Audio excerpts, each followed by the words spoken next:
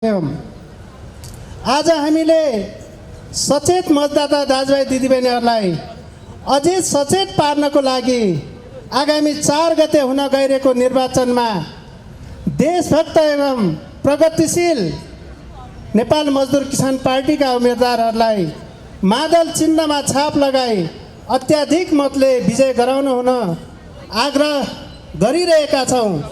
विश्वास छ अहिले देशमा भइरहेको विकृति विसङ्गति र देशलाई हराउन खोज्ने अथवा देशलाई बन्धक बनाउन खोज्ने ठुला पार्टीहरू विरुद्ध नेपाल मजदुर किसान पार्टी उभिएको छ। मादल चिन्हमा आशा छ यहाँहरूले मङ्सिर 4 गते छाप लगाएर विजय गराउनु हुनेछ भन्ने आशा एवं विश्वास गर्न चाहन्छु। खोजिरहेको छ त्यो सिक्किम बनाउन खोज्नेहरू विरुद्ध आगामी चुनावमा सजाय दिनु भनेकै मादल चिन्हमा छाप लगाए अत्याधिक मतले विजय गराउनु हो। त्यस कारणले सचेत मतदाता दाजुभाइ दिदीबहिनीहरूले हामी मात्र सचेत भएर हुँदैन, हाम्रो हरेक गाउँ घरका दाजुभाइ दिदीबहिनीहरूलाई सचेत पार्न आग्रह एवं अनुरोध गर्न चाहन्छु। यहाँहरूमा अब विलम्ब नगरिकन कार्यक्रमलाई अगाडि बढाउन चाहन्छु र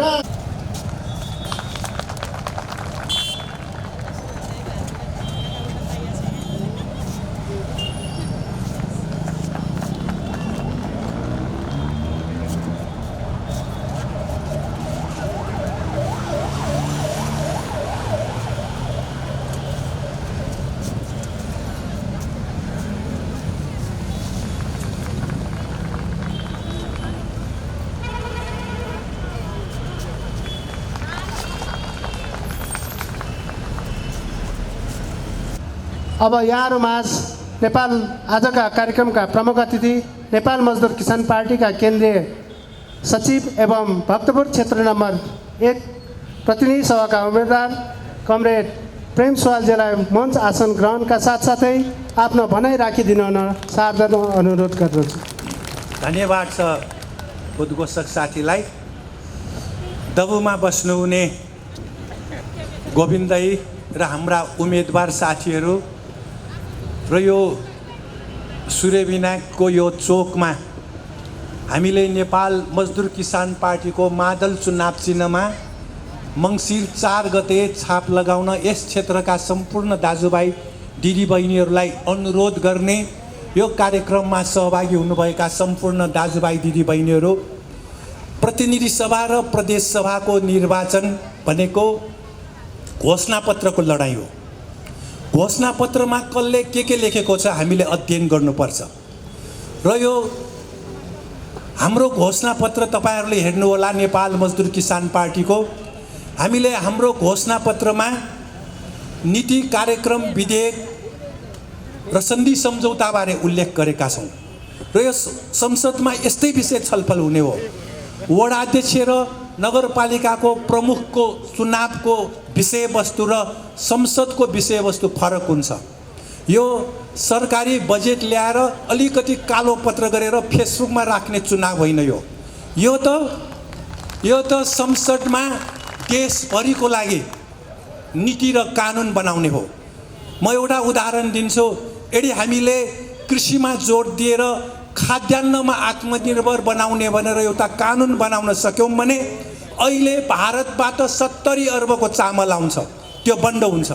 हाम्रो जग्गा जमिन बाँझो भएको सबैमा रोपाइँ हुन्छ, अरू खेतीपाती हुन्छ र त्यसको लागि सरकारले आवश्यक मल बिउ बिजन औजार बजारको बन्दोबस्त सिँचाइको बन्दोबस्त गर्नुपर्ने हुन्छ।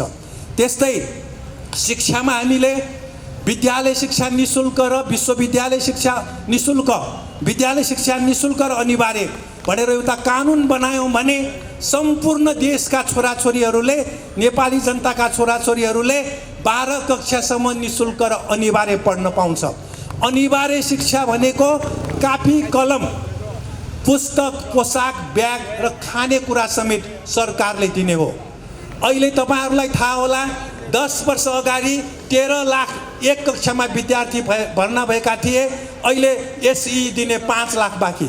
हामीले शिक्षा मन्त्रीलाई भन्यौँ तपाईँले 8 लाख विद्यार्थी कहाँ पठाउनु भयो भन्दाखेरि शिक्षा मन्त्रीले थाहा छैन भन्नुभयो। हामीले भन्यौँ थाहा छैन भन्न मिल्दैन, शिक्षा मन्त्रीले जनताका छोराछोरीहरू कहाँ छन् जवाफ दिनुपर्छ।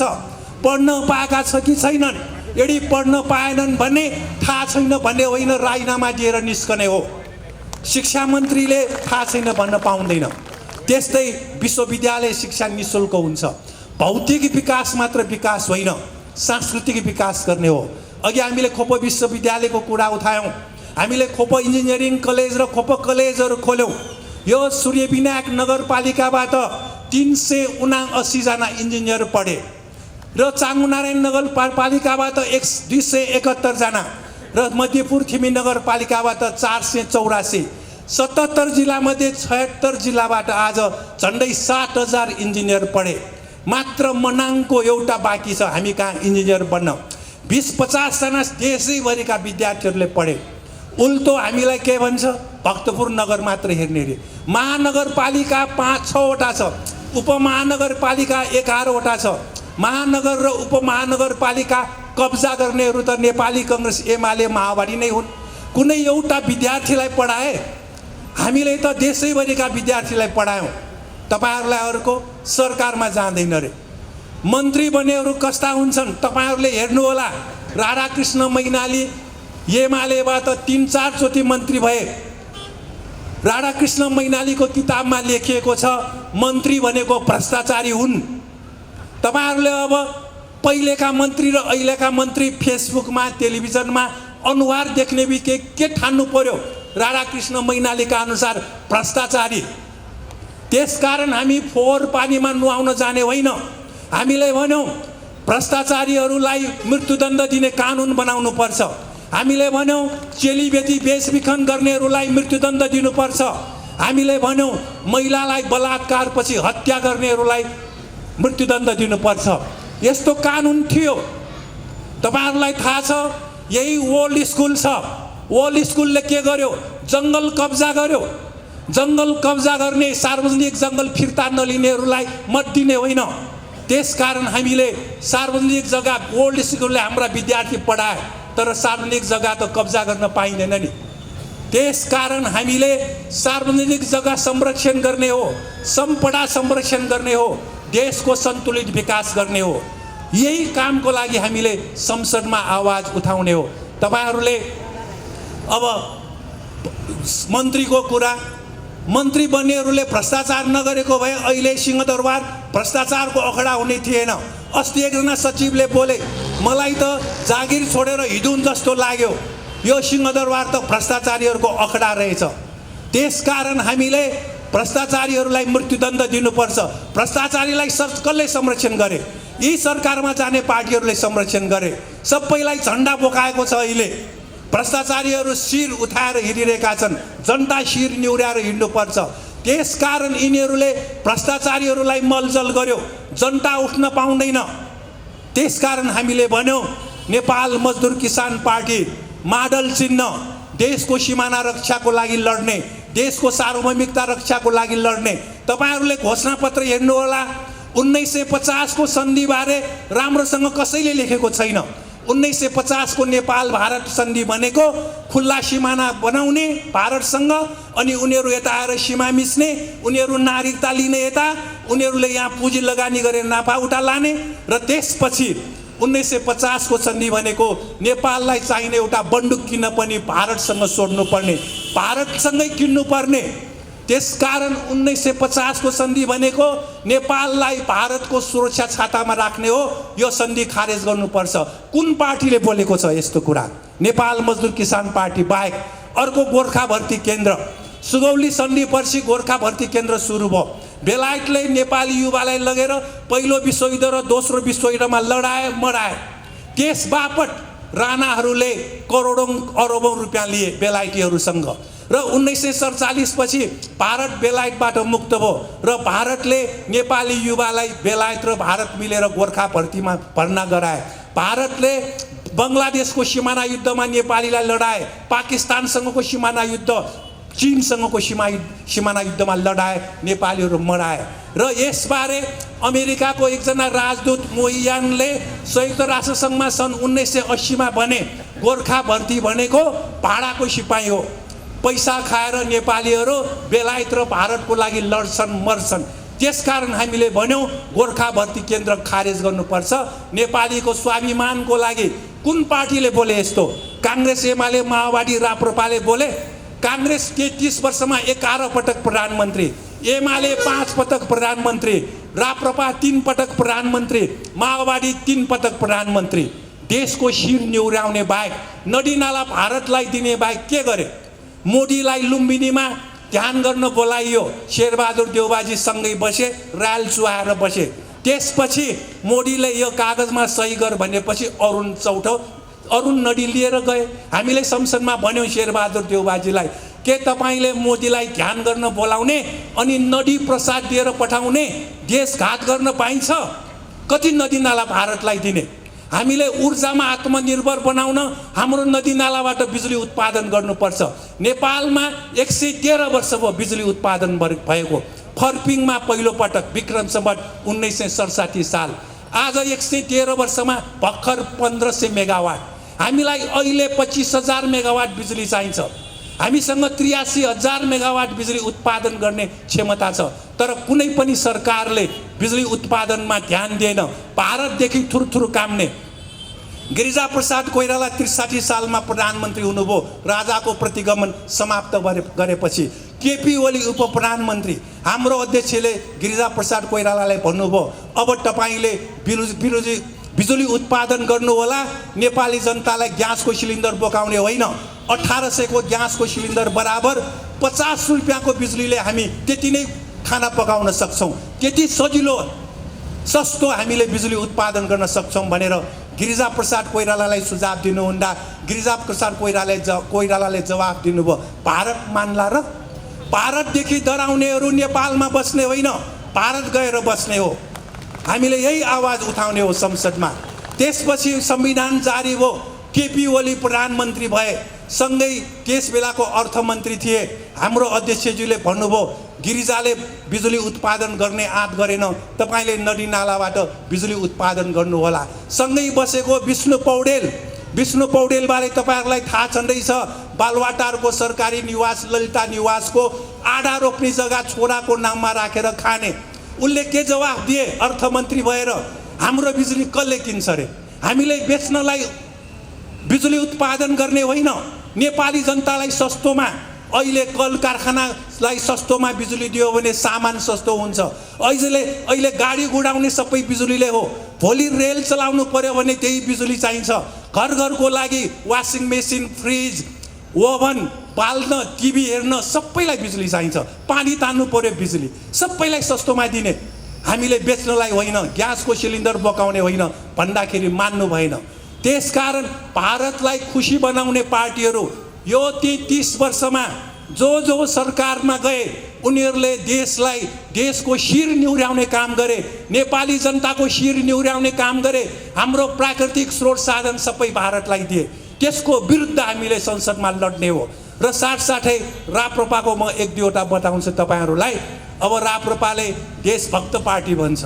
एमसीसी पास गरिएको दिन 2078 साल फागुन 15 गते लिङ्गदेनजी संसदमा बिहान थिए। साँझ एमसीसी पास गर्ने बेला लिङ्गदेनजीलाई फोन आएपछि सुतुक्क निस्के। एमसीसीमा हुन्न भन्नुपर्ने बेला थिएन। त्यसकारण कुन पार्टी कस्तो हो? बोल्दैमा देशभक्त हुँदैन। अमेरिकादेखि डराएर, भारतदेखि डराएर हिँड्ने पार्टीहरू देशभक्त हुँदैन। नागरिकता विधेयक त्यहाँ संसदमा पेश हुँदै थियो। लिङ्गदेनजीले बोले 15 दिन अगाडि, मलाई अब भत्ता पनि चाहिँदैन, म यो संसदमा बस्दिनँ। 4 वर्ष 11 महिना 15 दिनको भत्ता खाएपछि 15 दिन चाहिँ भत्ता खाँदिनँ भनेर निस्के। त्यही बेला नागरिकता विधेयक आयो। नागरिकता विधेयकमा राप्रपाले मत दिएन। भदौ 2 गते बहुमतबाट पारित गर्यो। अहिले राष्ट्रपतिले रोकेको हुनाले रोकिएको छ। साउन 6 गते एमाले पनि मौन समर्थन गर्यो नागरिकतालाई। एमाले देशभक्त हो भने नागरिकता विरुद्ध देशभरि आन्दोलन गर्नु पर्थ्यो। राष्ट्रपतिले फिर्ता गरेपछि बाध्य भएर भदौ 2 गते अस्वीकार गरेको हो। त्योभन्दा अगाडि एमालेको बुद्धि कहाँ गयो? केही नागरिकता विधेयक साउन 6 गते किन मौन समर्थन, भदौ 2 गते किन विरोध गर्नु पर्यो? त्योभन्दा अगाडि नै विरोध गर्नु पर्थ्यो नि। अहिले हामीले खोप विश्वविद्यालयको कुरा गऱ्यौँ, तपाईँहरूले सुन्नुभयो होला। हामी पनि खोप विश्वविद्यालयको समर्थक रे, हामी पास गरिदिन्छौँ रे। 11 पटक सरकारमा बस्ने नेपाली कङ्ग्रेस, 5 पटक एमाले, माओवादी 3 पटक। हिजो कहाँ थिए? कुन डोलोमा थिए? खोप विश्वविद्यालय किन रोक्यौँ? अहिले चुनावको बेला जनताको मत ठग्न लुट्न अहिले यिनीहरूले खोप विश्वविद्यालयको कुरा गर्दैछन्। नाका चालले दिनुपर्छ, जनताको आन्दोलनले खोप विश्वविद्यालय आउँछ। हामी एमबिबिएस 10 लाखमा पढाउँछौँ। तपाईँहरूको राणा शैली चल्दैन यहाँ, कसैको राणा शैली। हामीले भन्यौँ अहिलेको शिक्षा मन्त्रीलाई, तपाईँ राणाको सन्तान हो, जनवादी शिक्षा रे, खुब ढाक लगाउने। खोइ खोप विश्वविद्यालय, सबै विश्वविद्यालय पास हुने, खोप विश्वविद्यालय किन नदिने? उनीहरूको भनाइ के हो भन्दाखेरि तपाईँहरू 10-15 लाखमा पढाउने, यहाँ 1-1 करोड लिन्छ, उनीहरू आएर हामीलाई मार्छ अरे। त्यसो भए तपाईँहरू उनीहरूकै पोल्टामा जानु, सिंहदरबार बस्न पाइँदैन। जनताका छोराछोरीलाई नपढाउनेहरू राणाकै हुन् भनेर हामीले भन्यौँ। त्यसकारण यो स्थितिलाई हामीले मनन गरौँ। तपाईँहरूलाई थाहा छ विदेशी पुँजी ल्याउने यिनीहरूको। विदेशी पुँजीले के हुन्छ? यहाँको राष्ट्रिय उद्योगी व्यापारीहरू नाङ्ले पसलमा परिणत हुन्छ। अस्ति भर्खर 4 अर्बको टायल उद्योग खोल्यो, विदेशी पुँजीबाट खोलियो। अब 2-4 करोडको टायल उद्योग समाप्त हुन्छ। त्यसकारण हामीले भन्यौँ राष्ट्रिय पुँजीलाई प्राथमिकता दिउँ।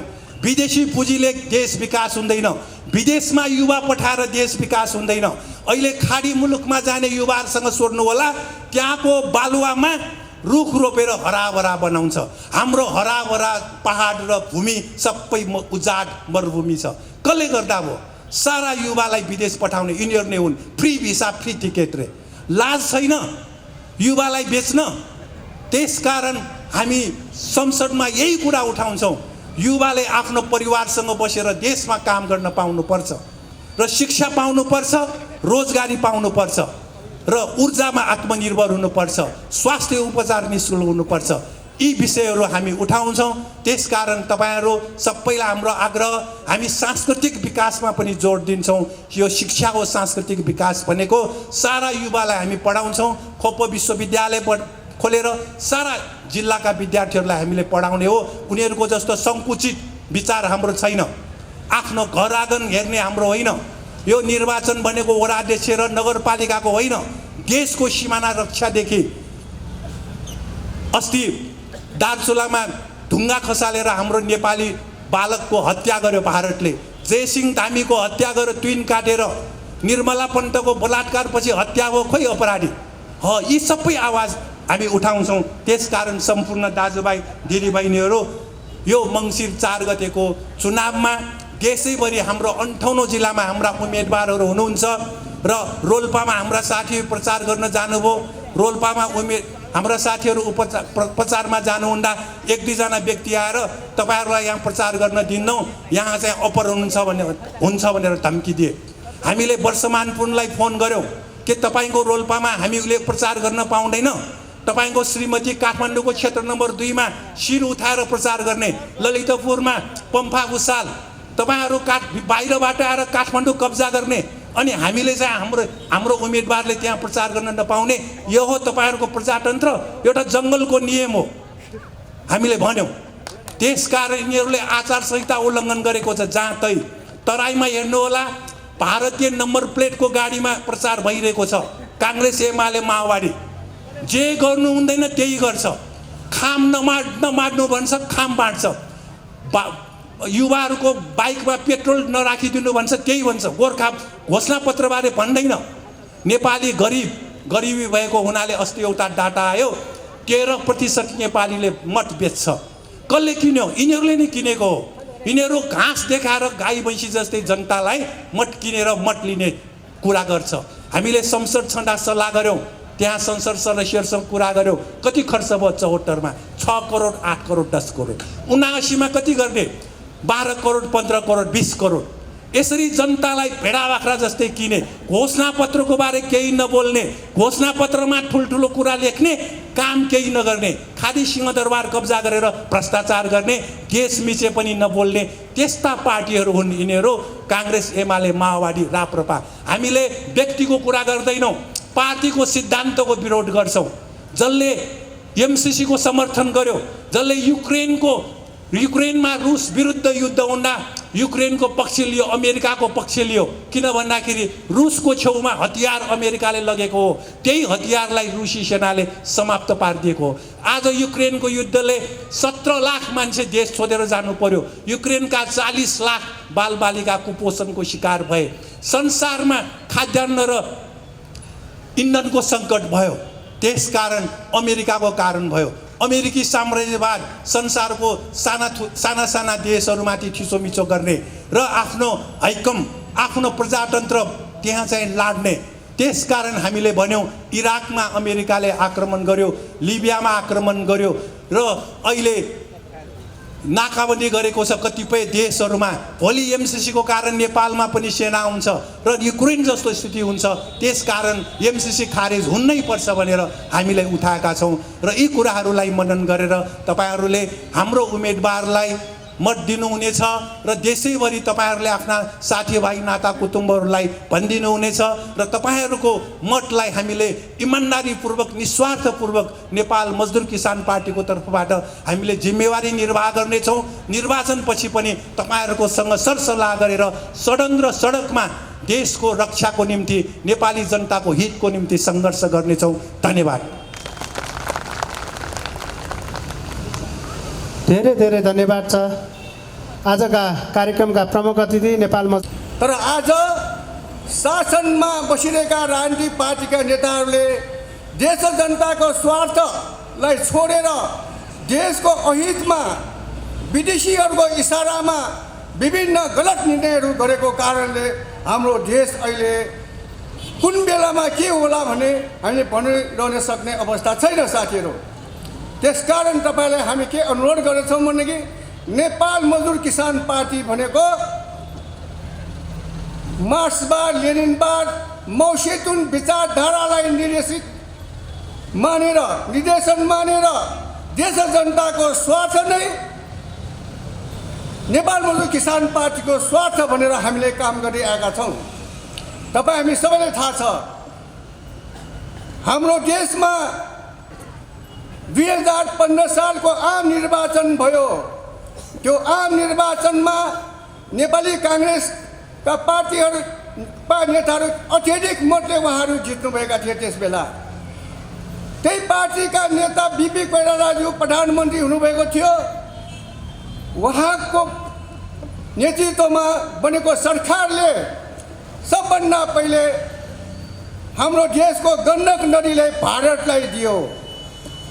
त्यस्तै 2046 सालबाट प्राप्त प्रजातन्त्रमा नेपाली काङ्ग्रेसको सरकारले हाम्रो देशको महाकाली नदीलाई एमालेको साथ लिएर भारतलाई दिएका थिए त्यस बेला।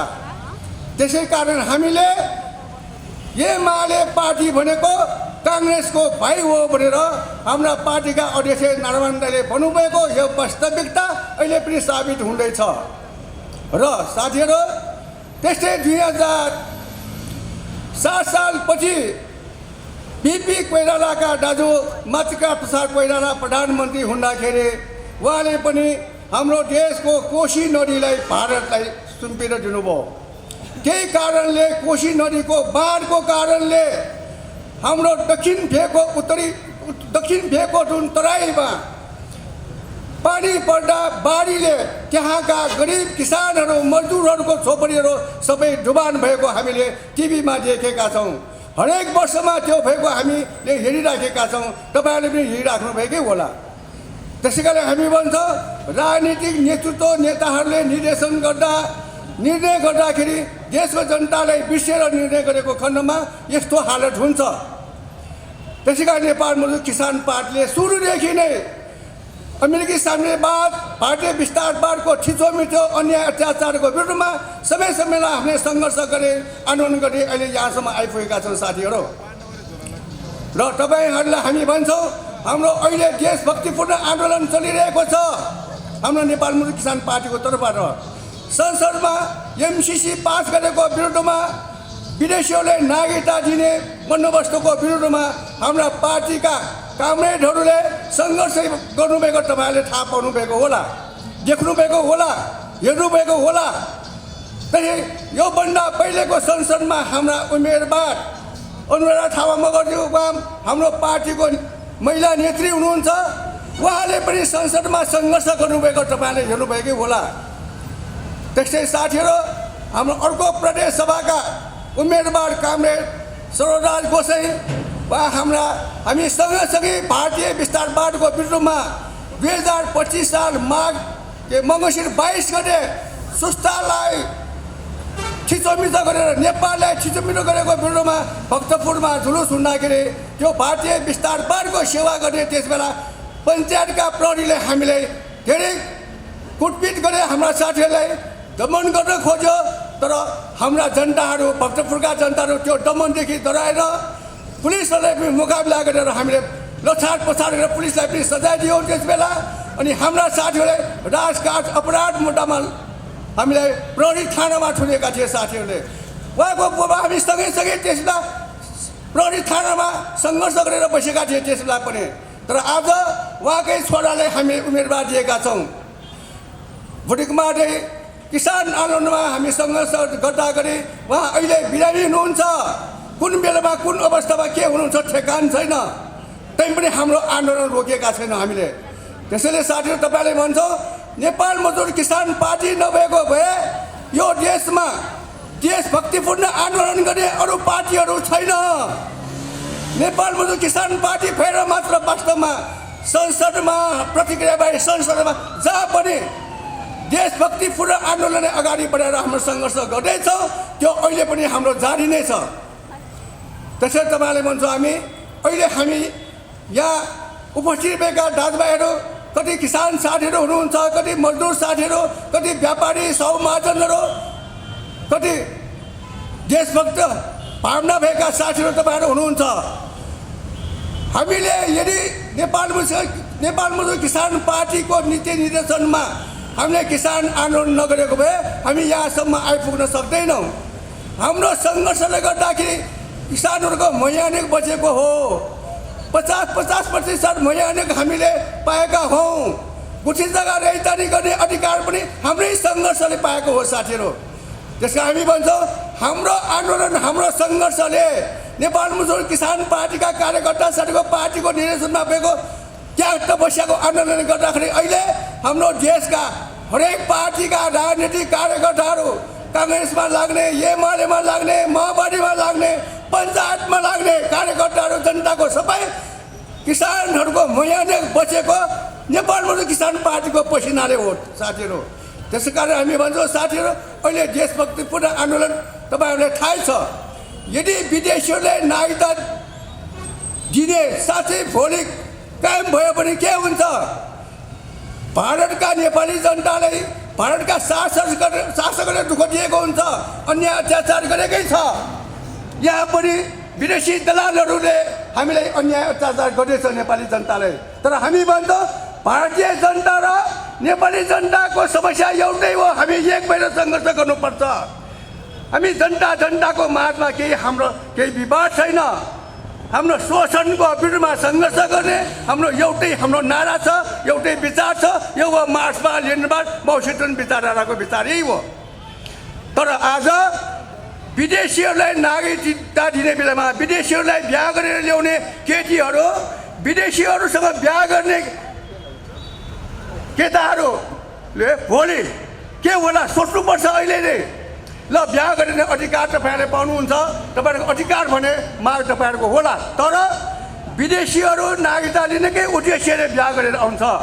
नागरिकता लिएपछि म निर्वाचनमा उठ्छु, नेपालमा म शासन गर्छु भनेर विदेशीहरूले तयार गरेर पठाएको हुन्छ। त्यसबेला विदेशीहरू निर्वाचनमा उठ्ने बेलामा यहाँ प्रतिक्रियावादी शोषकहरूको पार्टीहरूले विदेशी दलाल पार्टीहरूले भोट खुवाएर जनतालाई लोभ देखाएर छलछाम गरेर भोट बढी लिएर जितिरहेको अवस्थामा त्यस्तो बेलामा विदेशीहरूले यहाँ भारतको पैसा बाँड्छन्। हेर्नुहोस्, डलर बाँड्न ल्याउँछ। त्यस बेला के हुन्छ? यहाँका काङ्ग्रेस, एमाले, माओवादी पञ्चहरूका भावी पुस्ताहरू पनि चुनावमा हार्नेछन्। भारतीय विस्तारवादमा इस्लाममा चल्ने, अमेरिकी साम्राज्यवादका इस्लाममा चल्ने उम्मेदवारहरू जित्नेछन्। त्यसलाई हाम्रो देशको शासन कहाँ पुग्छ? त्यसैले हामी भन्छौँ यहाँका हरेक क्षेत्रमा, हरेक संविधान आयोगहरूमा उहाँहरूकै इस्लाममा चल्नेहरू पर्छन्। त्यसबेला हुन्छन्। त्यसलाई हाम्रो देशको अवस्था के होला? हामी नेपाली जनता हुन पाउने कि नपाउने?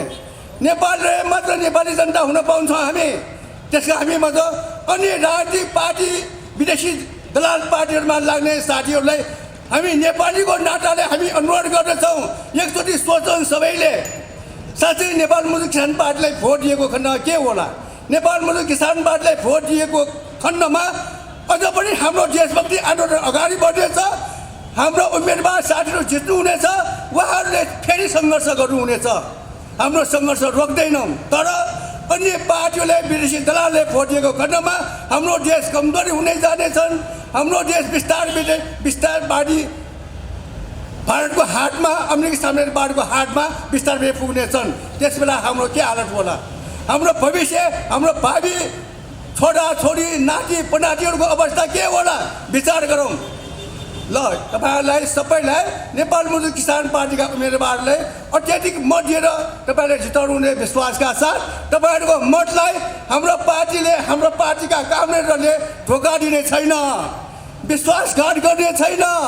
योभन्दा कसरी पहिले सङ्घर्ष गरेका थियो त्यसरी उहाँले सङ्घर्ष गर्नु हुनेछ भनेर म वचनका साथ तपाईँहरू समक्ष बिदा लिन्छु। धन्यवाद। जनताको मत ठग्नको निमित्त घोषणा पत्रमा अनेक थरीका जाली झेली कुरा लिएर, आश्वासनका पोकाहरू लिएर हाम्रो घर दैलोमा आइरहेको हामीलाई थाहा छ।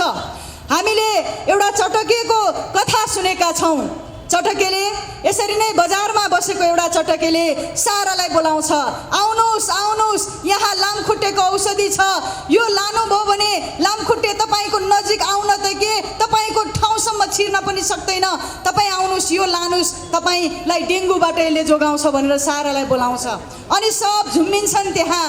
त्यसपछि त्यो चटकेले यत्रो पोको दिएर पठाउँछ, ल यो लानुहोस्, तपाईँलाई लामखुट्टेले छुन पनि सक्दैन, थरथर कापेर भाग्छ। अनि त्यो पोको लिएर मानिसहरू घरमा जान्छन्। घरमा गएर पोको खोल्न बस्छन्। खोल्छन्, पत्रै पत्र छ, पत्रै पर्दछ। अन्तिममा एउटा सानो कागजको टुक्रा आउँछ, त्यसमा लेखेको हुन्छ झुल राखेर सुत्नुहोस्, लामखुट्टे आउँदैन। यो भने जस्तै शासक पार्टीका नेताहरूले घोषणा पत्रमा अनेक आश्वासनका बुदाहरू राखेर मतदातालाई झुक्याइरहेका छन्। त्यो पढ्दै गयो। अन्तिममा मतदाताले के सोच्दछ? अब विकल्प भनेको नेपाल मजदुर किसान पार्टी हो। नेपाल मजदुर किसान पार्टीले यो देश बचाउँछ, जनताको जीवन बनाउँछ भनेर सोच्दछन्। त्यसकारण हामीले फेरि पनि आग्रह गरिरहेका छौँ, यहाँहरूले सबै पार्टीको घोषणा पत्र पढ्नुहोस्। अनि जो हिजो चुनावमा जितेर संसदमा गए, सरकारमा बसे, तिनीहरूलाई प्रश्न गर्नुहोस्, तैँले यो घोषणा पत्र अनुसार के गरिस् पहिला त्यो भन्, अनि हाम्रो मत माग्ने अधिकार तैँले राख्छस् भनेर भन्न सक्नु पर्दछ। हामीले हिजो 2074 सालकै चुनावमा भनेका थियौँ, तपाईँ हाम्रो एक मत एक भोट देश बेच्नेहरूको निमित्त लाइसेन्स साबित नहोस्, लाइसेन्स नबनोस्, हतियार नबनोस् भनेर हामीले भनेका थियौँ। त्यो साबित भयो। सरकारमा गएका दलहरूले, आज यहाँबाट संसदमा जितेर गएका दलहरूले देश नै नरहने गरी सन्धि सम्झौताहरू गरे। हामी जनताको भविष्य नै अन्धकार हुने गरी सन्धि सम्झौताहरू गरे, कानुन बनाएनन्। त्यसकारण यी शासक दलहरूलाई हामीले अब फेरि पनि तिमीले हाम्रो मत ठग्न सक्ने छैनौ, हामी सचेत भइसकेका छौँ भनेर जवाब दिनु पर्दछ। अनि यति बेला ठगको कथा पनि निकै चर्चामा छ, यहाँहरूले सुन्नुभएकै होला। एउटा राजाले प्रधानमन्त्री ठग खोजेर लिएर मलाई हेर्न मन छ, मलाई त्यो ठगले ठग्न सक्छ कि सक्दैन जाँच्न मन छ। अनि प्रधानमन्त्रीले सोध्छ, महाराज ठग हेर्ने नै हो त? अब तपाईँ हामी जस्तै, हजुर हामी जस्तै त हो नि, मान्छे हो, ठग्छ, उसको कामै ठग्ने हो। अनि महाराजले भन्छ, होइन म ठगिनु छ, मलाई ठगेर देखाउनु छ, होइन भने तेरो पनि ज्यान छैन। प्रधानमन्त्री जान्छ सारा ठाउँमा, ठग खोज्छ अनि एकदमै बदनाम ठगलाई उसले ल्याउँछ, महाराजको अगाडि उभ्याउँछ। महाराज हेरिबक्सियोस्, ठग भनेको यही हो, यसले मलाई ठग्न सक्छ? सक्छ, ल ठगेर देखा। ठगिस् भने तैँले सुनको बोरा पाइस्, होइन भने तँलाई फाँसी। अनि त्यो ठगले भन्छ, महाराज ठग्न त हुन्थ्यो, तर जुन विद्या छ त्यो विद्या मैले घरमै छोडेर आएँ, हजुरको प्रधानमन्त्रीले हतारमा मलाई यहाँ ल्याइबक्स्यो। त्यसपछि राजाले भन्छ, ल त्यो विद्या ल्याएर तिमीले मलाई ठग्नु पर्यो, तुरुन्तै गर। अनि ठगले भन्छ, हुन त हुन्थ्यो, तर मेरो कोठा निकै टाढा छ, त्यहाँबाट विद्या ल्याएर त्यो पुस्तक ल्याएर हजुरलाई ठग्न ढिलो हुन्छ, हजुर ठगिन आतुर भइबक्सिया छ, मलाई पनि ठग्न हतारै छ, त्यसकारण अलिकति उपाय त लाउनै पर्ला। अनि प्रधानमन्त्रीलाई राजाले सोध्छ, ल के उपाय छ भनौँ। अनि ठगले भन्छ, हजुरको घर यो दरबारमा सबभन्दा छिटो कुद्ने त्यो सेतो घोडा छ नि, त्यो दिइबक्सियोस् मलाई, म तुरुन्तै गएर त्यो विद्या ल्याएर हजुरलाई ठग्छु। त्यसपछि राजाले प्रधानमन्त्रीलाई भन्छ, ल प्रधानमन्त्री त्यो सेतो घोडा तुरुन्तै यो ठगलाई दिएर पठाऊ। अनि ठग घोडा लिएर जान्छ। त्यसपछि भरे आउँछ कि मलाई ठग्छ कि भनेर राजा हेरिबस्छ, भोलि आउँछ कि मलाई ठग्छ कि भनेर हेरिबस्छ। 7 दिन बितिसक्यो, ठग आउँदैन। प्रधानमन्त्रीलाई बोलाउँछ, ओइ प्रधानमन्त्री खोइ ठग। अनि प्रधानमन्त्रीले भन्छ, महाराज हजुर ठगी बक्सिसकिसक्यो, त्यो ठगले हजुरको घोडा लगिसक्यो, अब फर्केर आउँदैन। हो हिजोको दिनमा तिम्रो घरमा सुतेकै ठाउँमा भात ल्याइदिन्छु, पानी जहाज ल्याइदिन्छु, रेल गुडाइदिन्छु, अनि चुलामा पेट्ट गर्ने बित्तिकै ग्यासको पाइपबाट ग्यास ल्याइदिन्छु भनेर ठग्नेहरू आज विभिन्न आश्वासन लिएर फेरि हाम्रो घर दैलोमा आइरहेका छन्। त्यसकारण हामीले हिजो भन्यौँ, हाम्रो एक मत हाम्रो एक भोट भनेको यो देश बेच्ने कि यो देश बनाउने भनेर निर्णय गर्ने हतियार हो। त्यस्तो हतियार एउटा, जस्तै हामीसँग एउटा बन्दुक छ, एउटा खुकुरी छ, त्यो बन्दुक वा खुकुरी कुनै बहुलाको हातमा दियो भने के हुन्छ, चोर डाकाको हातमा दियो भने के हुन्छ। त्यसकारण यो मत भनेको पनि त्यही हो, हाम्रो अधिकार भनेर हामीले जथाभावी प्रयोग गर्न पाउँदैनौँ, सही ठाउँमा प्रयोग गर्नुपर्दछ, सही पार्टी सही उम्मेदवारलाई छान्नु पर्दछ भनेर हामीले आग्रह गरिरहेका छौँ। र यहाँ थुप्रै व्यापारीहरू पनि हुनुहुन्छ, आमाहरू पनि आफ्नो मेहनतको श्रमको साग बेच्नको निमित्त यहाँ आइरहनु भएको छ। हामीलाई धेरै दुःख छ, हामीले मल पाएका छैनौँ, तर हिजोका दिनदेखि तिमी नै मेरो भगवान, तिमी नै मेरो मालिक भनेर आउनेहरूले हामीलाई अहिले पनि त्यही भनिरहेका छन्, हामीलाई आश्वासन दिइरहेका छन्। तसर्थ ती ठगहरूको पछाडि हामी नलागौँ। अर्को एउटा कथा छ, मालिक र नोकरको कथा। एउटा मालिकले आफ्नो सेवा होला, आफ्नो हेरचाह गर्ला भनेर नोकर राख्छ। त्यो नोकरले के गर्दो रहेछ, हरेक रात मालिकलाई खुवाउने जुन दुध छ त्यो 2 गुड्की आफूले खाएर पानी थपिदिँदो रहेछ। अनि त्यसपछि त्यो मालिकलाई नोकरप्रति शङ्का लाग्छ, उसले अर्को नोकर राख्छ। अर्को नोकरले पनि जब पहिलो नोकरले खाएर बाँकी भएको दुध हुन्छ त्यो फेरि आधा खाएर आधा पानी राखिदिँदो रहेछ। अनि मालिकले दुध खायो, सुत्यो, हप्ता दिन भइसक्यो, कमजोरी भएको जस्तो महसुस गर्छ। अनि फेरि उसलाई त्यो 2टा नोकरप्रति शङ्का लाग्छ, अर्को तेस्रो नोकर राख्छ। अनि त्यो तेस्रो नोकरले एक दिन के गर्छ, मालिक सुतिरहेको हुन्छ, त्यो मालिकको जुङ्गाको यो रेखीमा गिलासको तर लगाइदिन्छ। अनि भोलिपल्ट मालिक उठ्दाखेरि रिङ्गटा लागेको छ, उसले नोकरलाई बोलाएर सोध्छ, खोइ हिजो तैँले मलाई दुध खान्दिनस् कि क्या हो। अनि त्यो नोकरले भन्छ, कहाँ नखाइबक्सिनु महाराज, हजुरले मजाले दुध खाइबक्सेको छ, नपत्याए ऐना हेरिबक्सियोस् त, हजुरको जुङ्गामा हिजो बेलुका खाएको दुधको तर अझै बाँकी छ भनेर उसले झुट बोल्छ। अनि त्यो मालिकले ऐना हेर्दाखेरि हो जुङ्गाको रेखीमा दुधको तर छ, खुवाएकै हो। आजसम्म हाम्रो सेवा गर्छ भनेर हामीले विभिन्न पार्टीलाई हाम्रो मत दियौँ, हाम्रो अधिकार हामीले तिनीहरूमा सुम्पियौँ, तर तिनीहरूले हामीलाई यो मालिक र नोकरको कथामा जस्तै मालिक भनेर हामी आफूलाई सम्झौँ, यो कथाको पात्र मालिक भनेको मतदाता हो, जनता हो, नोकरहरू भनेको शासक दलका नेताहरू हुन्, पार्टीहरू हुन्।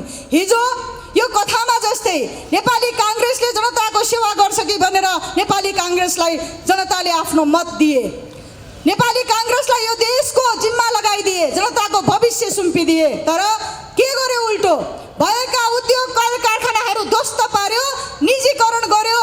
यो हामीले भिकुटी कागज कारखानाको अहिले चर्चा सुनिरहेका छौँ, गरिरहेका छौँ। 4 अर्बको सम्पत्ति भएको भिकुटी कागज कारखाना के गर्यो, जम्मा 37 करोड रुपियाँमा भारतलाई बेच्यो। अनि भएभरका अरू उद्योग कल कारखानाहरू के गर्यो, सबै निजीकरण गर्यो, ध्वस्त गर्यो। अहिले हामी यो सूर्यविनायक चोकमा छौँ। हिजो इतिहासमा यही चोकबाट ट्रली बस कुद्थ्यो। हामी त्यो ट्रली बसमा निकै सस्तो भाडा तिरेर काठमाडौँ जान्थ्यौँ। त्यो पनि चीनको सरकारले सहयोग गरेर दिएको थियो। तर त्यति ट्रली बस पनि भ्रष्टाचार गरेर यिनीहरूले सकाए, अरू ठुला पुँजीपतिहरूलाई पस्नको निमित्त यिनीहरूले सकाए। अब हामीले तिनीहरूलाई सोधौँ, हिजोको ट्रली बस तिमीले कहाँ खाएर राखेका छौ? हिजोको हाम्रा उद्योग कल कारखानाहरू तिमीले किन ध्वस्त पार्यौ? हाम्रा युवाहरूलाई विदेश जान, विदेशको खाडीमा पसिना बगाउन तिमीले किन बाध्य पार्यौ भनेर हामीले प्रश्न गर्नुपर्दछ। र हामीले नेपाल मजदुर किसान पार्टीले यो संसदको चुनावमा जितेर गइसकेपछि जति पनि उद्योग कल कारखानाहरू निजीकरण गरिएका छन्, ध्वस्त गरिएका छन्, तिनलाई पुनर्जीवन दिने, राष्ट्रियकरण गर्ने, त्यो सङ्घर्ष गर्ने, त्यो कानुन बनाउने भनेर हामीले भनिरहेका छौँ। त्यसकारण यहाँहरूको अमूल्य मत नेपाल मजदुर किसान पार्टीको मादल चुनाव चिन्हमा दिनुपर्छ भनेर हामीले भन्यौँ। अनि काङ्ग्रेसले हाम्रो सेवा गरेन भन्ने हामीलाई लाग्यो। हामीले एमालेलाई मत दियौँ, एमाले कम्युनिस्ट भनेर आयो। तर हिजो 2048 सालमै नेपाल मजदुर किसान पार्टीका श्रद्धेय अध्यक्ष नारायण बिजुक्सेले संसदमै भन्नुभएको थियो, यो एमाले भनेको कम्युनिस्ट होइन, भाइ काङ्ग्रेस हो, त्यसकारण यसबाट जनताको हित हुँदैन भनेर उहाँले बोल्नुभएको थियो। अनि हिजो काङ्ग्रेसले जे देश र जनताको हितमा काम गर्यो, अनि कम्युनिस्टको नाममा एमाले त्यही गर्दै गएको छ। त्यसकारण एमाले कम्युनिस्ट पार्टी होइन भनेर हामीले भनिरहेका छौँ। कम्युनिस्ट पार्टीले के गर्नुपर्छ, शिक्षा निःशुल्क गरिदिनुपर्छ, त्यस्तो खालको कानुन ल्याउनको निमित्त सङ्घर्ष गर्नुपर्छ। स्वास्थ्य उपचार निःशुल्क गराउनको निमित्त कानुन बनाउन सङ्घर्ष गर्नुपर्छ। युवाहरूलाई स्वदेशमै रोजगारीको बन्दोबस्तको निमित्त कानुन बनाउनु पर्दछ। व्यक्तित्व विकासमा समान अवसरको निमित्त सङ्घर्ष गर्नुपर्दछ। त्यस्ता विषयहरू एमालेबाट हुनेवाला छैन। हामी अघि मालिक र नोकरको कथामा जस्तै ठगियौँ। नेपाल मजदुर किसान पार्टीले आफ्नो घोषणापत्रमा लेखेको छ, नेपाल मजदुर किसान पार्टीका हामी उम्मेदवारहरू निर्वाचित भएर गएपछि सम्पूर्ण जनताका छोराछोरीको निमित्त निःशुल्क शिक्षाको बन्दोबस्तको निमित्त हामी लड्नेछौँ, त्यो कानुन बनाउनेछौँ भनेर हामीले भनिरहेका छौँ। आज सरकारमा जाने अनि शासक दलहरूले के गरे, संविधानमै लेखिएको 8 कक्षासम्मको शिक्षा निःशुल्क र अनिवार्य, 12 कक्षासम्मको शिक्षा निःशुल्क जुन बन्दोबस्त छ त्यो समेत यिनीहरूले कानुन बनाएर लागू गर्न सकेनन्। त्यसकारण हामी जनताका छोराछोरीको निमित्त नसोच्ने यी दलका उम्मेदवारहरूलाई हामीले हराउनु पर्दछ चुनावमा भनेर आह्वान पनि गरिरहेका छौँ। र त्यो सँगसँगै आज युवाहरूले सामाजिक सञ्जालहरूमा बोलिरहेको पनि हामीले देखिरहेका छौँ। खाडीमा रगत पसिना बगाउनेहरू अहिले हाम्रो देश परनिर्भर भइरहेको छ। भारतबाट अन्न, खाद्यान्न, फलफुल, तरकारी निर्यात गरिराख्नु परेको छ हाम्रो पेट भर्नको निमित्त। हाम्रो देशमा पाखुरी भएका, बल भएका युवाहरू यो देशलाई हराभरा बनाउन सक्ने, यो देशलाई आफ्नै खुट्टामा उभ्याउन सक्ने युवाहरूलाई आज काङ्ग्रेस, एमाले, माओवादीले खाडी मुलुक पठाएका छन्, विदेशमा सस्तो ज्यामी बन्न पठाएका छन्। आज हाम्रा युवाहरू झन्डै 1 करोड युवाहरू खाडी मुलुकमा छन्, विदेशमा छन्। उनीहरू काम गर्दा गर्दै 45-50 डिग्रीको तापक्रममा काम गर्दा गर्दै रगत छाडेर मरिरहेका छन्, सुतेकै ठाउँमा मरिरहेका छन्। हामीले भन्यौँ यो सामान्य मृत्यु होइन, सरकारहरूले गरेको हत्या हो। त्यसकारण हत्यारा सरकारहरूलाई अब यो देशबाट गल हत्याउनु पर्छ भनेर हामीले भनेका हौँ। र ती युवाहरूले भनिरहेका छन्, हामीले जुन श्रम, हामीले जुन पसिना बगायौँ, हाम्रो रगत पसिनाको जुन कमाई हाम्रो देशमा जम्मा भइरहेको छ, त्यसबाट सिंहदरबारमा जाने पार्टीका नेताहरूले आफ्नो गाडीमा झन्डा हल्लाएर वा त्यो हाम्रो श्रमको मूल्यले चिल्ला गाडी चढेर सिंहदरबार ओरोदोरो गर्ने होइन। हाम्रा छोराछोरीको निमित्त स्कुल खोलिदेऊ, अस्पताल खोलिदेऊ भनेर उनीहरूले भनिरहेका छन्। त्यसकारण नेपाल मजदुर किसान पार्टीले सबभन्दा सुरुमा यो देशमा शिक्षालाई निःशुल्क गराउनु पर्दछ भनेर सङ्घर्ष गर्नेछ। संसदमा पुगेर स्वास्थ्य उपचार निःशुल्क गराउनको निमित्त निमित्त सङ्घर्ष गर्नेछ संसदमा पुगेर। अनि ती युवाहरूलाई स्वदेशमै फर्केर यही रोजगारी सृजना हुने गरी कानुन बनाउनेछ, आवश्यक बन्दोबस्त गर्नेछ। त्यसको निमित्त हामीले यहाँहरूको अमूल्य मत मागिरहेका छौँ। अनि आज कस्तो स्थिति भइसकेको छ हाम्रो देशमा, हाम्रा देशका जो नागरिक छन् उनीहरूको अधिकार गुम्ने गरी अहिले हामी जुन ठाउँमा उभिएर यहाँहरूको मत मागिरहेका छौँ, भोलि भारतीय नागरिकहरू उभिएर मत माग्ने गरी नागरिकता विधेयक संसदबाट पारित गराएको अवस्था छ। यद्यपि राष्ट्रपतिले रोक्नु भएको छ, त्यो पनि नेपाल मजदुर किसान पार्टीकै आन्दोलनको बलमा उहाँले आँट गरेर रोक्नु भएको हामीलाई थाहा छ। हामीले यो नागरिकता विधेयक तत्काल खारेज गर्नुपर्दछ भनेर आन्दोलन गर्यौँ। संसदमा हाम्रो पार्टीका सचिव प्रेम सुवाल जनप्रतिनिधि हुनुहुन्थ्यो, उहाँले सङ्घर्ष गर्नुभयो। हामी यो सूर्यविनायकवासी पनि हरेक दिन जब जब संसदमा त्यो विधेयक ल्याइन्थ्यो, कोटेश्वरदेखि बानेश्वरसम्म जुलुस गएर हामीले नेपाल मजदुर किसान पार्टीको देशभक्तिपूर्ण आन्दोलनमा साथ र सहयोग गरेका छौँ। यो देश जोगाउनको निमित्त हामीले पनि योगदान गरेका छौँ। त्यसकारण यो देशलाई सिक्किमको बाटोमा लान खोजिएको, यो देशलाई फिजीको बाटोमा लान खोजिएको देश खातिर नागरिकता विधेयक जुन छ त्यो खारेज हुनुपर्दछ भनेर नेपाल मजदुर किसान पार्टीले आवाज उठाइरहेको छ। नेपाल मजदुर किसान पार्टीका जनप्रतिनिधिहरू संसदमा निर्वाचित भएर गइसकेपछि नागरिकता विधेयक खारेज गराउनको निमित्त सङ्घर्ष गर्नेछन्।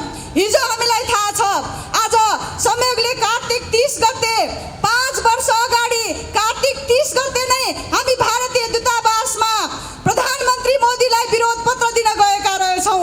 आज सामाजिक सञ्जालले हामीलाई सम्झायो, हामीले भारतीय नाकाबन्दी फिर्ता गर्नुपर्दछ भनेर आवाज उठाएका थियौँ। यहाँहरूलाई अवगत नै छ, जब संविधान निर्माण हुँदै थियो भारतले आफूले भने जस्तो संविधान बनाएन भनेर नेपालमा अमानवीय नाकाबन्दी थोपर्यो। त्यो नाकाबन्दीको विरुद्धमा संसदमा कसैका हात उठ्यो भने नेपाल मजदुर किसान पार्टीको उठ्यो, त्यो यहाँहरूलाई याद छ। अनि आजको दिनमा हामी नाकाबन्दीको विरोधमा नाकाबन्दी फिर्ता ल्याऊ भनेर भारतीय दूतावासमा हामी ज्ञापन पत्र विरोध पत्र दिन गएका रहेछौँ। अनि आजकै दिनमा नेपाल मजदुर किसान पार्टीका श्रद्धेय अध्यक्ष नारायणमान विजुक्षको नेतृत्वमा बालुवाटार पनि गएका रहेछौँ हामी। त्यति बेला प्रधानमन्त्री केपी ओली थिए। अनि भारतले नेपाल विरुद्ध नाकाबन्दी लगाउँदा तत्कालीन प्रधानमन्त्री ओली बालुवाटारमा अल्मलिरहेका मात्र थिएनन्, तनाव थियो, उनीलाई चर्को दबाव थियो, अनि त्यो सँगसँगै शिथिल अवस्थामा थिए। उनको मुद्रा हामी आफैले हेरेर आएका हौँ। र नेपाल मजदुर किसान पार्टीका अध्यक्ष कामरेड रोहित कार्यकर्ता सहित बालुवाटार पुग्नु भएको थियो, हामी पनि गएका थियौँ। नाकाबन्दी विरुद्ध नेमकीपाले अन्तिम दमसम्म लड्ने र शासक नेताहरूले आत्मसमर्पण गरेको खण्डमा असह्य हुने त्यस्ता नेताहरू समेत जनताले बदला लिने ती नेताहरूसँग भनेर हामीले भनेका थियौँ। र कामरेड रोहितले भन्नुभएको थियो, हुतिहारा हुँदै नहुनु, नभए सत्तामा नबस्नु भनेर त्यति बेलाका प्रधानमन्त्री ओलीलाई भन्नुभएको थियो। र नेपाल मजदुर किसान पार्टीले जुन सङ्घर्ष गर्यो, जनतालाई नाकाबन्दी विरुद्ध सडकमा उतार्यो, त्यही शक्तिको बलमा त्यति बेलाका प्रधानमन्त्री ओली उभिन सकेका थिए। आज उनीहरू के भन्दैछन्, नाकाबन्दी एमालेको कारणले भारतले फिर्ता लिएको भन्दैछन्। यसरी दिन दहाडै सफेद झुट बोल्न आउनेहरूलाई अब हामीले पत्याउनु हुँदैन, हाम्रो मत दिनु हुँदैन भनेर हामीले आह्वान गरिरहेका छौँ। अनि नेपाललाई सिक्किमीकरणको बाटोमा लाने मात्रै होइन, नेपाललाई अमेरिकी साम्राज्यवादको पोल्टामा सुम्पने गरी, अमेरिकी साम्राज्यवादको गोलीको शिकार यहाँका जनताहरू हुने गरी, यहाँको भूमिमा अमेरिकी साम्राज्यवादका सेनाहरूको बुट बजारिने गरी संसदबाट एमसीसी सम्झौता पारित गराए यिनीहरूले। अनि त्यस्तो एमसीसी सम्झौता पास गराउने पार्टीहरू आज भन्दै आइरहेका छन्, हामी एमसीसी सम्झौता खारेजीको निमित्त सङ्घर्ष गर्छौँ। यसरी अमेरिकी साम्राज्यवादको दलालहरूलाई हामीले मत दिनु हुँदैन।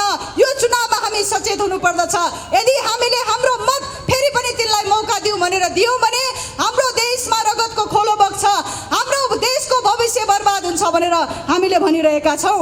अनि अर्को छ एसपीपी, त्यो एसपीपी साझेदारी संसदमा रोकिएको अवस्थामा छ, त्यो पनि नेपाल मजदुर किसान पार्टीको आन्दोलनको बलमा। यदि यिनीहरू फेरि पनि चुनावमा जितेर गए भने यिनीहरूले त्यो एसपीपी साझेदारी पारित गराउनेछन्। त्यो पारित हुने बित्तिकै अमेरिकी सेनाहरू हाम्रो देशको सेनाको ब्यारेकमा आउनेछन्, त्यसकारण हामीले विरोध गरिरहेका हौँ।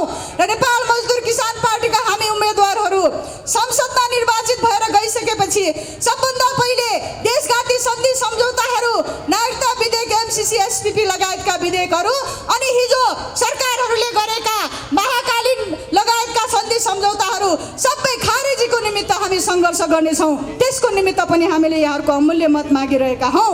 र त्यो सँगसँगै आज विकासको नाममा आउनेहरूले हिजो सिंहदरबारको कति रकम भ्रष्टाचार गरे भन्ने हिसाब एक हिसाब मतदाताले राखेका छन्, जनताले राखेका छन्। आज व्यापक महिलाहरू पनि हुनुहुन्छ। हामीले भन्यौँ महिला बेचबिखन रोक्नु पर्दछ, चेलीबेटी बेचबिखन गर्नेहरूलाई कडा सजाय हुनुपर्दछ। अनि साथसाथै जो सिंहदरबारको रकममा रियाल चुहा र भ्रष्टाचारको निमित्त विकासको एजेन्डा बोकेर जान्छ तिनीहरूको सम्पत्ति छानबिन गर्नुपर्दछ। जो सरकारमा बसे ती सबको सम्पत्ति छानबिन गर्नुपर्दछ। अनि बोक्साबोक्सीको आरोपमा महिलाहरूको हत्या गर्ने, बलात्कार गर्ने यी सबैलाई मुख्यतः भ्रष्टाचारीहरूलाई फाँसीको सजाय हुनुपर्दछ भनेर हामीले बोलेका हौँ। र हत्याराहरू, बलात्कारीहरू, चेलीबेटी बेचबिखन गर्नेहरू सबैलाई पार्टीमा हुलेर ठुलो भए भनेर धाक लगाएर आउनेहरू आज एक्लै चुनावमा आउन सकिरहेका छैनन्। आज एकअर्काको कानमा उक्लिएर उनीहरू चुनावमा हाम्रो मत ठग्न आइरहेका छौँ। र त्यस कारणले हामीले संसदमा गएपछि, निर्वाचित भएर गएपछि फाँसीको बन्दोबस्तको निमित्त संविधान संशोधन गराउन हामी पहल गर्नेछौँ। त्यति मात्रै भयो भने पनि यो देशमा आधा अपराध कम हुनेछ, भ्रष्टाचारीहरू लुगलुग काम्नेछन्, हाम्रो देश विकासको गतिमा अगाडि बढ्नेछ भनेर हामीले भनिरहेका हौँ। र यहाँहरूको अमूल्य मत फेरि पनि 5 वर्ष हेरौँ यिनीहरूले केही गर्छन् कि भनेर दियौँ भने यो देश त रहने छैन। हाम्रो मत ती देश बेच्नेहरूलाई सहयोग हुनेछ, त्यो हामीले विचार गरौँ भनेर पनि भनिरहेका छौँ। र आजको यस सभामा आफ्नो अमूल्य मत कुन पार्टीलाई दिने, कुन चिन्हलाई दिने भनेर अलमलमा पर्नुभएका मतदाताहरू स्पष्ट हुनुहुनेछ। हिजोका दिनमा संसदमा, सडकमा देश र जनताको हितमा आवाज उठाइरहने, सङ्घर्ष गरिरहने, हात उठाइरहने नेपाल मजदुर किसान पार्टीका उम्मेदवारहरूलाई मादल चिन्हमा मत दिएर यो देश जोगाउने, मादल चिन्हमा मत दिएर यो देश जोगाउने आन्दोलनमा म पनि योगदान गर्छु, अब म पनि भाग लिन्छु भनेर यहाँहरू अघि बढ्नुहुनेछ भन्ने विश्वास लिँदै बिदा हुन्छु। धन्यवाद। धेरै धेरै धन्यवाद छ कमरेड अनुराधा थापा मगरज्यूलाई। उहाँले देश र जनतालाई ठग्ने, झुटा आश्वासन बाँडेर भोट किन्न खोज्ने ठुला पार्टीका उम्मेदवारहरूलाई हराउनको लागि नेपाल मजदुर किसान पार्टीको मादल चिन्हमा भोट हाली अत्याधिक मतले विजय गराउन हुन अनुरोध गर्दै जानुभयो। अब यहाँहरूमाझ नेपाल मजदुर किसान पार्टीका भक्तपुर क्षेत्र नम्बर 2 क का उम्मेदवार कमरेड सरोजराज गोसाईज्यूलाई आफ्नो मन्तव्य राखिदिनु हुन हार्दिक अनुरोध गर्न चाहन्छु। सभाका सभाध्यक्ष महोदय, नेपाल मजदुर किसान पार्टीको तर्फबाट भक्तपुर क्षेत्र नम्बर 2 का प्रतिनिधि सभाका उम्मेदवार कमरेड अनुराधा थापा मगरज्यू, मञ्चमा बस्नुभएका आदरणीय अतिथिहरू र सम्पूर्ण दाजुभाइ दिदीबहिनीहरूमा सर्वप्रथम म हार्दिक अभिवादन व्यक्त गर्दछु। साथै मङ्सिर 4 गतेको निर्वाचनमा नेपाल मजदुर किसान पार्टीका सम्पूर्ण उम्मेदवारहरूलाई अत्याधिक मतले विजयी गराउनको निम्ति हार्दिक अनुरोध पनि गर्न चाहन्छु। चुनावी सरगर्मी बढेको छ। नेपाल मजदुर किसान पार्टीले निर्वाचनलाई जनताको राजनीतिक र वर्गीय चेतना स्तर उठाउने एउटा अभियानको रूपमा लिएको छ। यो हाम्रो आन्दोलन पनि हो। हामीले प्रतिक्रियावादी भन्दा प्रतिक्रियावादी सङ्घ संस्थाभित्र गएर देश र जनताको सेवा गर्ने प्रतिबद्धता जाहेर गर्दै आएका छौँ। यहाँहरू सबै विदितै हुनुहुन्छ। यो प्रतिक्रियावादी व्यवस्था हो, यो पुँजीवादी व्यवस्था हो। यो पुँजीवादी व्यवस्थामा पुँजीपति वर्गले नै शासन गरेको हुन्छ। आज पुँजीवादी पार्टीहरू, कम्युनिस्ट पार्टीको नाममा नेकपा एमाले, नेकपा माओवादी जस्ता पुँजीवादी पार्टीहरू, पुँजीवादी लाइनमा लागेका पार्टीहरू अनेक खालका झुटा आश्वासनहरू लिएर जनताबीच गइराखेको हामी पाउँछौँ। आज पनि हामी देखिराखेका छौँ। साम दाम दण्ड भेदको नीति अपनाएर जनतालाई झुक्क्याउन कुत्सित प्रयासहरू गरिराखेका छन्। तर जनता हिजोका रहेनन्। पञ्चायत व्यवस्था विरुद्ध लड्ने भक्तपुरका जनता, निरङ्कुश राजतन्त्र विरुद्ध लड्ने भक्तपुरका जनता अब राजनीतिक रूपमा सचेत हुन थालेका छन्। यो अत्यन्त सकारात्मक पक्ष हो। हिजो प्रतिनिधि सभाको निर्वाचन, हिजो प्रदेश सभाको निर्वाचनमा हामीले पनि भाग लिएका थियौँ र जनताले हिजो राख्ने मागमा आज परिवर्तन गरेका छन्। जनता बीच आज सामान्य समस्याहरू छन्। ती समस्याहरू समाधान गर्नको निम्ति यिनीहरू असक्षम भए भन्ने विषयमा फेरि पनि जनतामा केही कुराहरू हामी पाउँदछौँ। तर जनताले अब परिवर्तन खोजेका छन्। परिवर्तन गर्नको निम्ति हामी जनता नै परिवर्तित हुन आवश्यक छ। ती प्रतिक्रियावादी व्यवस्था, केही प्रतिक्रियावादी पार्टीहरू, ती पुँजीवादी पार्टीहरूलाई अब दण्ड गर्ने बेला भएको छ मतदानद्वारा। आदरणीय दाजुभाइ दिदीबहिनीहरू, हामीले क्रान्तिकारी संसदवादको नीति अनुरूप नै यो निर्वाचनमा भाग लिइराखेका छौँ। आदरणीय प्रेम सुवाल हाम्रो सभामा आइपुग्नु भएको छ। उहाँलाई स्वागत गर्दै म आफ्नो कुरा राख्न चाहन्छु। हिजो नेपाल विरुद्ध भारतीय विस्तारवादले अमानवीय रूपमा नाकाबन्दी गर्दाखेरि नेपाल मजदुर किसान पार्टीले संसदमा प्रखर प्रतिपक्षको भूमिका खेल्यो। नाकाबन्दी विरुद्ध नाराबाजी गर्यो। तपाईँ हाम्रा सांसदहरूले जसरी नाकाबन्दी हटाउनको निम्ति सदनमा लड्नुभयो, त्यसरी नै हामी क्रान्तिकारी दाजुभाइ दिदीबहिनीहरू सडकमा थियौँ। हामीले आन्दोलन गऱ्यौँ र हाम्रो आन्दोलनको बलबाट त्यसै कारणले भारतीय विस्तारवादले नाकाबन्दी हटाउन बाध्य भयो। हामीले देख्यौँ नाकाबन्दी समेत भन्न नसक्ने नेपाली कङ्ग्रेस आज हाम्रो बीच फेरि पनि आइराखेको छ। हामीले भनेका छौँ नेपालमाथि नाकाबन्दी लगाउँदाखेरि, जनता पीडामा रहँदाखेरि या अभाव हुँदाखेरि जनताको पक्षमा नबोल्ने पार्टीहरूले अब सजाय गर्ने बेला भएको छ।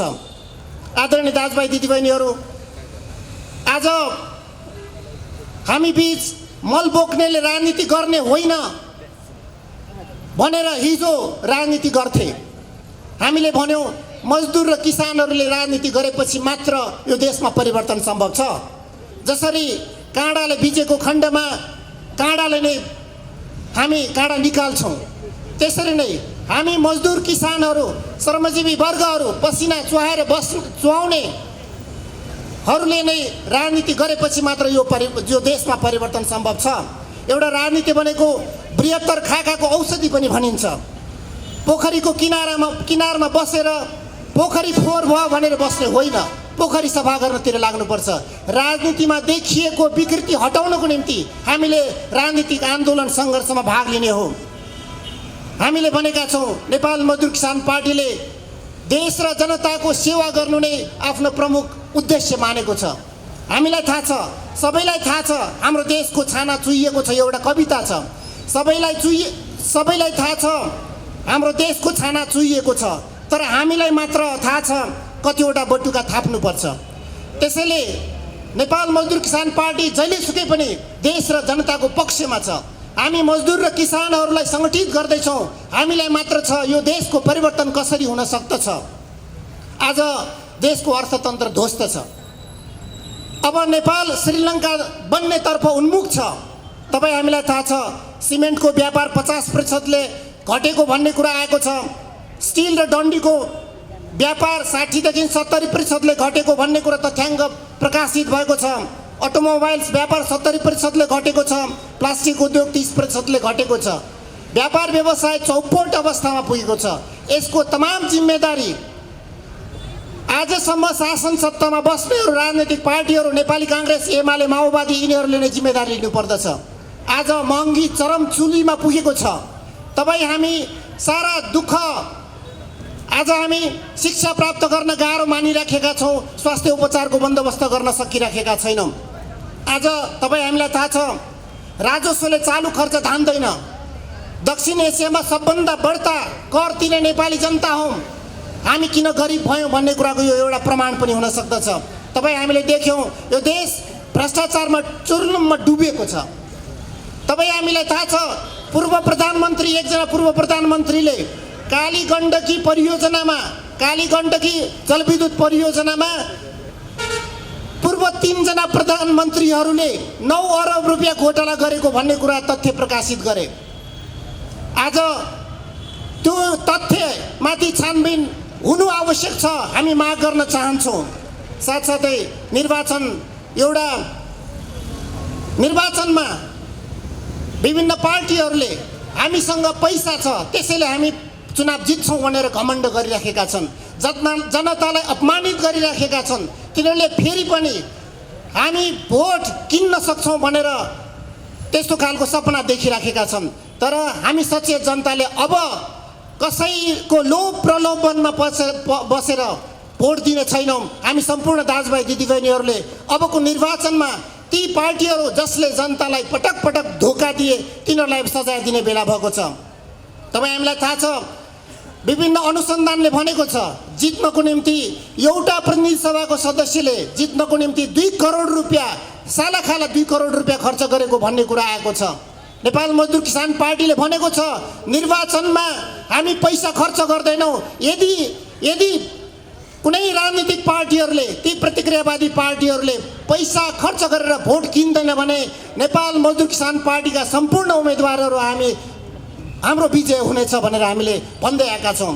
यस हिसाबबाट पैसा छ र चुनाव जित्छौँ भन्ने अब सपना नदेखे हुन्छ।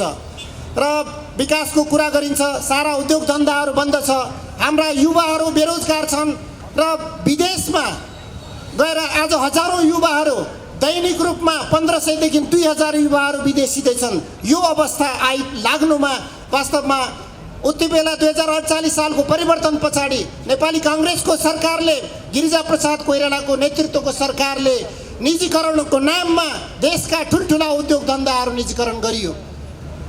तपाईँ हामीलाई थाहा छ अहिले जनक शिक्षा सामग्री केन्द्रले भनेको छ अब हामीसँग कागज छैन त्यसैले अब पाठ्यपुस्तक छाप्न सक्दैनौँ।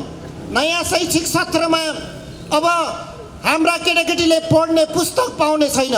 ती केटाकेटीहरू अब पुस्तक बिना पढ्न बाध्य हुनेछन्। हिजो जुम्ला, कालीकोट, मुगु, हुम्ला, डोल्पाका विद्यार्थीहरू पाठ्यपुस्तक अभाव भयो भनेर त्यहाँ पाठ्यपुस्तक पुगेन भनेर हामी सूचनाहरू पाउँथ्यौँ भन्दैन। आज नेपालभर हरेक दिन 50,000 छाप्न सक्ने जनक शिक्षा सामग्री केन्द्रको मेसिनहरू आज भाद्रको 15 गतेदेखि बन्द छ। किनभने एक समयमा भ्रिकुटी कागज कारखाना थियो। भ्रिकुटी कागज कारखानाले नेपालको निम्ति आवश्यक गुणस्तरीय कागज उत्पादन गर्दै थियो। त्यति बेला 3000 मानिसले नेपालीले रोजगारी पाउँदै थिए। अघि प्रवक्ता साथीले पनि भनिसक्नु भएको छ 4 अरब रुपियाँ सम्पत्ति रहेको त्यो भ्रिकुटी कागज कारखाना 38 करोड रुपियाँमा बिक्री गरियो। यसको जिम्मेदारी आजको जे अभाव छ त्यसको जिम्मेदारी भनेको हिजो शासन सत्तामा बस्ने शासक पार्टीहरूले लिनुपर्दछ र त्यसको निरन्तरता दिने नेपाली काङ्ग्रेस, एमाले, माओवादी यिनीहरूले फेरि शासन सत्ता सञ्चालन गरे तर जनताको आवश्यकता पुरा गरेनन्। जनतालाई यस हिसाबबाट गुमराहमा राखे, जनतालाई अन्धकारमा राखे। मलको हाहाकार छ। हामी जहाँ जान्छौँ हाम्रा किसान दाजुभाइ दिदीबहिनीहरू हामीले मल पाएनौँ, मलको बन्दोबस्त हुनुपर्छ भनेर भन्नुभयो। तर यी पुँजीवादी पार्टीहरू, यी शासन सत्तामा जाने पार्टीहरूले हिजो निर्वाचन घोषणा पत्रमा मल कारखाना खोल्छौँ भनेर घोषणा गरेका थिए। तर आफ्नो घोषणा पत्रमा लेखिएको भनाइ विपरीत आजसम्म पनि फेरि पनि तिनीहरूले त्यतापट्टि आफ्नो काम गरिराखेको पाउँदैनौँ। त्यसैले हामी भन्छौँ नेपाल एउटा कृषि प्रधान देश हो भनेदेखि कृषि अर्थतन्त्रमै बलियो बनाउनु आवश्यक छ। स्वदेशमै मल कारखाना स्थापना हुनुपर्दछ भनेर हामीले बारम्बार पटक माग गर्दै आएका हौँ र आन्दोलन सङ्घर्ष गर्दै आएका छौँ।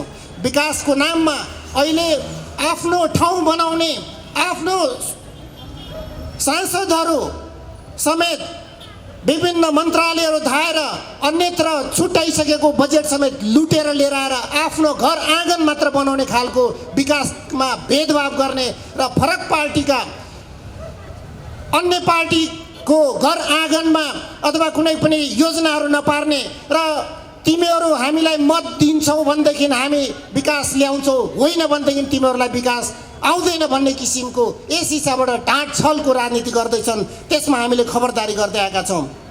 हामीले शिक्षा विरोधीहरू समेत निर्वाचनमा भाग लिइरहेको र फेरि पनि जित्छौँ भनेर घमण्ड गरिराखेको हामी पाउँछौँ।